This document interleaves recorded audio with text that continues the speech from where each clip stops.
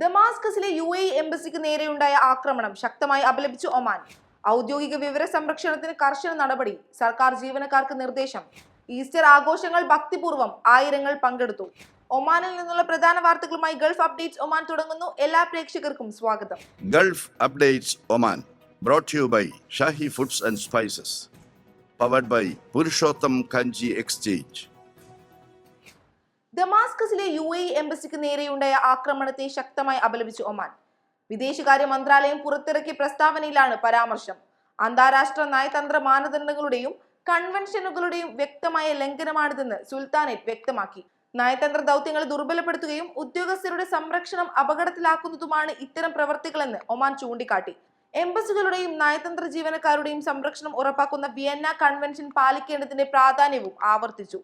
അന്താരാഷ്ട്ര കരാറുകളെ ബഹുമാനിക്കുക നയതന്ത്ര സുരക്ഷയ്ക്കും സ്ഥിരതയ്ക്കും അനിവാര്യമാണെന്നും ഒമാൻ വ്യക്തമാക്കി. ഔദ്യോഗിക വിവര സംരക്ഷണത്തിന് കർശന നടപടികളുമായി ഒമാൻ.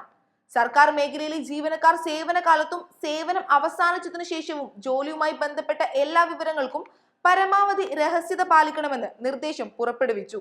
ജോലി നിർവഹണത്തിന് ആവശ്യമായ വിവരങ്ങൾ മാത്രമേ കൈമാറാവൂ എന്നും ജോലി മുഖേന ലഭിക്കുന്ന രേഖകൾ, ഡാറ്റ, അറിവ് എന്നിവ വ്യക്തിപരമായ ലാഭത്തിനോ മറ്റുള്ളവർക്ക് അനുകൂലമായി ഉപയോഗിക്കാനോ അനുവദനീയമല്ലെന്നും അധികൃതർ വ്യക്തമാക്കി. ബന്ധപ്പെട്ട അധികാരികളുടെ രേഖാമൂലമുള്ള മുൻകൂർ അനുമതിയില്ലാതെ വിവരങ്ങൾ മാധ്യമങ്ങളിലൂടെയോ സമൂഹ മാധ്യമങ്ങളിലൂടെയോ പങ്കിടുന്നത് കർശനമായി നിരോധിച്ചിട്ടുണ്ട്. സേവനം അവസാനിക്കുമ്പോൾ എല്ലാ രേഖകളും ബന്ധപ്പെട്ട വകുപ്പുകൾക്ക് തിരികെ നൽകണമെന്നും നിർദ്ദേശത്തിൽ പറയുന്നു. ഉത്തിതനായ യേശു ക്രിസ്തുവിന്റെ അനുസ്മരണമായി ഒമാനിലെ ക്രിസ്ത്യൻ വിശ്വാസികൾ ഈസ്റ്റർ ആഘോഷിച്ചു.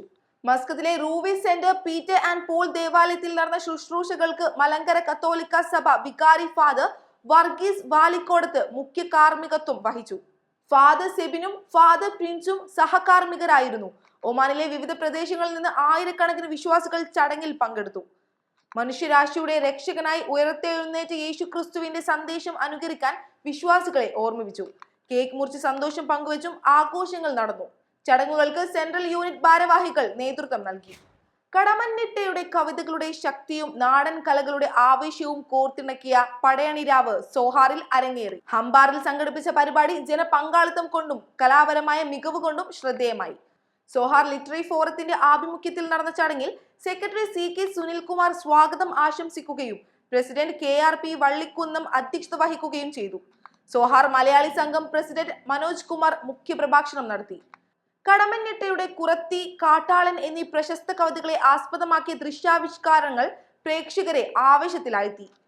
പടയണി താളങ്ങളുടെ അകമ്പടിയോടെ കവിതയിലെ രൗദ്രവും ശാന്തവുമായ ഭാവങ്ങൾ വേദിയിൽ സജീവമായി. പ്രവാസി മണ്ണിൽ മലയാളി സംസ്കാരത്തിന്റെ വേരുകൾ ഉറപ്പിക്കുന്ന കൂട്ടായ്മയായി മാറിയ പടയണിരാവ് സോഹാറിലെ മലയാളികൾക്ക് മറക്കാനാവാത്ത സാംസ്കാരിക അനുഭവമായി. രമ്യ ദ്വിബിൻ, സജീഷ് എന്നിവർ അവതരിപ്പിച്ച ചാക്കലയുടെ ദൃശ്യാവിഷ്കരണം പരിപാടിക്ക് ഹാസ്യാനുഭവം പകർന്നു. അഭിജിത്ത്, ഗീത, കണ്ണൻ എന്നിവരും സംഘാംഗങ്ങളും ചേർന്ന് അവതരിപ്പിച്ച ചാക്കല കവിതയുടെ വേറിട്ട സംഗീത പരിപാടി സദസ്സിന് പുതിയൊരു അനുഭവമായി മാറി. കടമന്നിട്ട കവിതകളുടെ ഗാംഭീര്യവും ശക്തിയും ഒത്തുചേർന്ന പടയണിരാവ് സോഹാറിലെ മലയാളി സമൂഹത്തിന് മറക്കാനാവാത്ത ഒരു സാംസ്കാരിക അനുഭവമായി മാറി. മറുനാട്ടിലെ തിരക്കുകൾക്കിടയിലും മലയാളത്തിന്റെ തനിമയെ മുറുക്കെ പിടിച്ച ഈ പരിപാടിക്ക് Zohar literary forum treasury Jimmy Samuel നന്ദി രേഖപ്പെടുത്തി. ഗൾഫ് അപ്ഡേറ്റ്സ് ഒമാൻ പൂർണ്ണമാകുന്നു. പ്രവാസി ലോകത്തെ പുത്തൻ വാർത്തകൾ അറിയാൻ ഗൾഫ് മാധ്യമത്തിന്റെ സോഷ്യൽ മീഡിയ പ്ലാറ്റ്ഫോമുകൾ സന്ദർശിക്കാം. ഗൾഫ് അപ്ഡേറ്റ്സ് നിങ്ങളുടെ വാട്സാപ്പിൽ ലഭിക്കുന്നതിന് നിങ്ങളുടെ പേരും സ്ഥലവും 96201150 എന്ന നമ്പറിലേക്ക് വാട്സാപ്പ് മെസ്സേജ് അയക്കൂ. Gulf updates Oman brought to you by Shahi foods and spices, powered by Purushottam Kanji exchange.